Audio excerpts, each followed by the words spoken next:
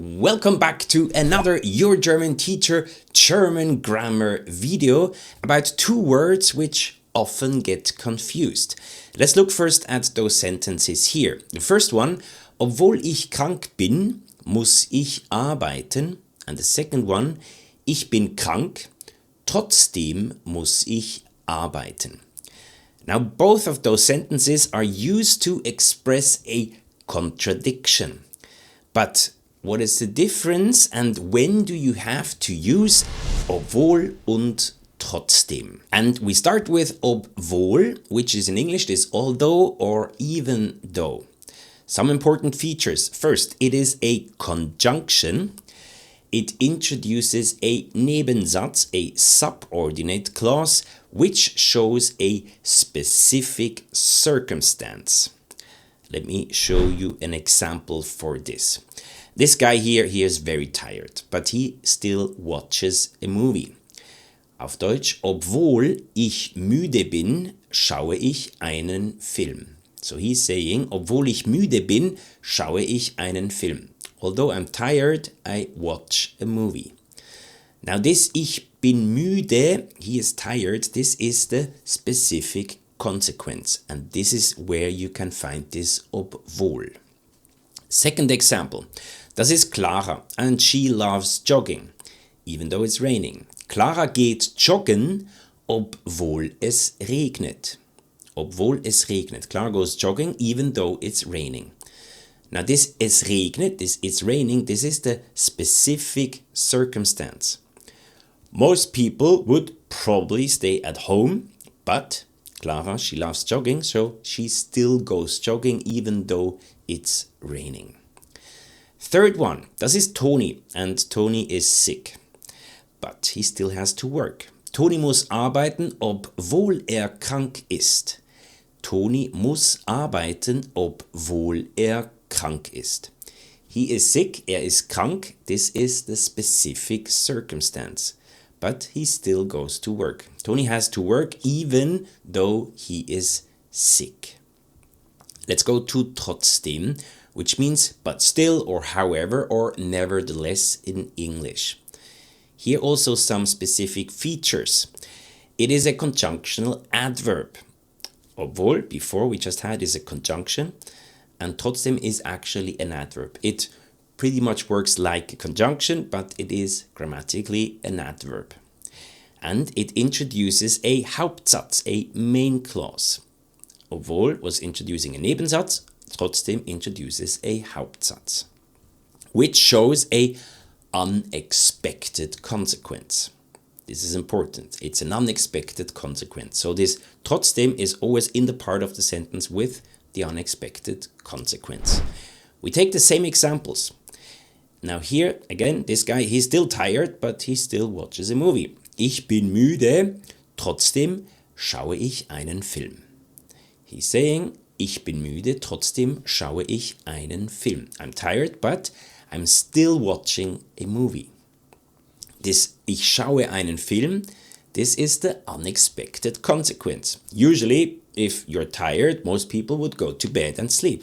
But he watches a movie, which is an unexpected consequence. And in the unexpected consequence, in this part, in this sentence part, you will find this trotzdem. The second example, also the same. Es regnet, trotzdem geht Lara joggen. Es regnet, trotzdem geht Lara joggen. It's raining, but Clara still goes jogging. Again, she goes jogging, that's the unexpected consequence. Usually, if it's raining, people stay at home or do something inside, but probably not go outside jogging. But not Clara, she still goes jogging. And this third one, also the same example. Toni ist krank, trotzdem muss arbeiten. Toni ist krank, trotzdem muss arbeiten. Toni is sick, however, he still has to work. Again, the unexpected consequence is he has to work, even though he's sick. So most people will probably stay at home or don't go to work, but Toni, he has to work, and that's why he is going to the office and works there. Here as well, keep in mind this trotzdem, before we had examples with trotzdem with a comma, so Toni ist krank, comma, trotzdem muss arbeiten, this is possible. It's also possible to use a full stop, Punkt, a Punkt, full stop. So you can say Toni ist krank, Punkt, trotzdem muss arbeiten. Both way works, with comma or with full stop. Now, what is the difference between those two? Because obviously you can use both for any situation. Let's look at the difference of those two. Like I mentioned before, in terms of grammar, obwohl ist eine Konjunktion und trotzdem ist ein Adverb. That's not very much helping, it's just nice to know. Nebensatz, obwohl introduces a Nebensatz und trotzdem introduces a Hauptsatz. That's important in terms of sentence structure. Und probably the most important difference is obwohl stands in the sentence part with the circumstance and trotzdem stands in the sentence part with the consequence. Here another example. Obwohl ich müde bin, lerne ich Deutsch. Obwohl ich müde bin, lerne ich Deutsch. Even though I'm tired, I'm learning German. That's probably you watching YouTube late at night and learning German. So here we have obwohl ich müde bin, which is the Nebensatz, with the specific circumstance. You're tired, that's the circumstance. Und this lerne ich Deutsch is the main clause with the unexpected consequence. Again, most people will probably go to sleep, but not you. You're still learning German, and that's why this is an unexpected consequence. So obwohl is in the sentence part with the specific circumstance. Now, important, this obwohl can also be switched. So you can start the sentence with obwohl, but you can also start the sentence with the main clause. You can say, ich lerne Deutsch, das ist der Hauptsatz with the consequence, and then, Komma, obwohl ich müde bin, which is the Nebensatz with the specific circumstance. So that's possible for obwohl. You can either start the sentence with the subordinate clause, with obwohl, or you can start the sentence with the main clause, ich lerne Deutsch. Both are possible, both are correct. Now let's add the trotzdem. Ich bin müde, trotzdem lerne ich Deutsch. Again, same meaning actually, but kind of different sentences. Here we have ich bin müde, which is the main clause, which is the specific circumstance, and trotzdem, this trotzdem, is also a main clause with the unexpected consequence. So here important again to see this trotzdem always is in the sentence part with the unexpected consequence.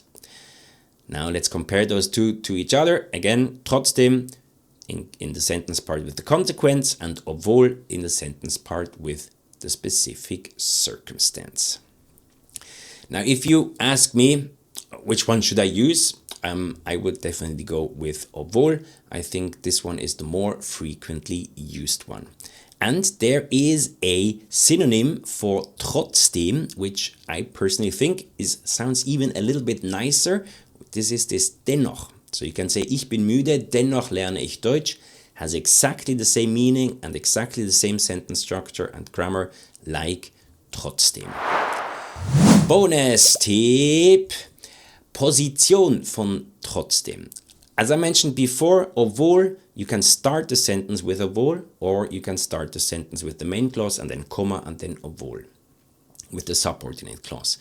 Trotzdem usually stands in the beginning of the sentence, like for example in this sentence, es ist schon spät. Trotzdem geht Naira zu Toms Party.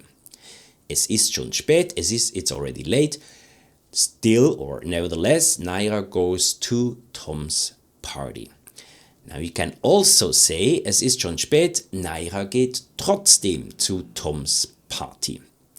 Es ist schon spät, Naira geht trotzdem zu Toms Party. And as you can see here, we put this trotzdem not in the beginning of the sentence, but after the conjugated verb on position 3, which is possible and correct.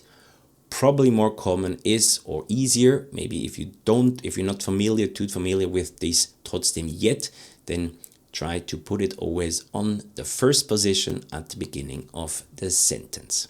And if you feel like learning more about sentence structure and positioning, here these two videos might be helpful.